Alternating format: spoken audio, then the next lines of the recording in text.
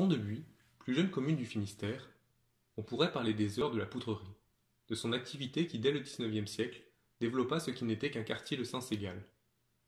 Le reportage photographique réalisé en 2017 par les archives départementales témoigne de cette histoire qui se perpétue sous une nouvelle forme avec l'usine Nouvelle Sport.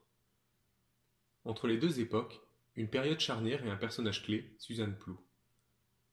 En 1945, son mari est le directeur de la poudrerie, mais c'est elle qui va marquer l'histoire communale et va devenir une figure politique importante de l'après-guerre.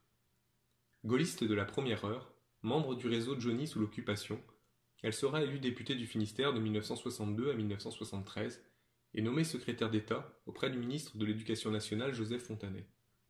Anne Bouérou, auteur d'un documentaire sur Suzanne Plou, précise: c'était une femme bourgeoise, très classique qui à l'époque ne s'habillait qu'en jupe ou en robe.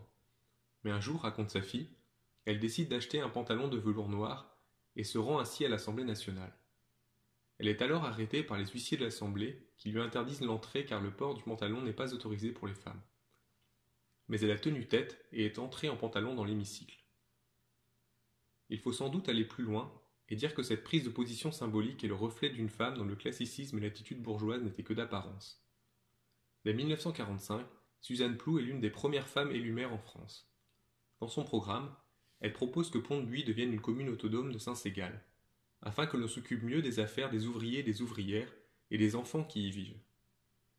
Car à l'époque, dans la commune où les agriculteurs sont majoritaires et sont traditionnellement élus, ils s'occupent davantage de Saint-Ségal, tandis que les enfants de Pont-de-Buis sont plutôt mal lotis. À la suite de son élection, Pont-de-Buis devient une commune autonome en 1949.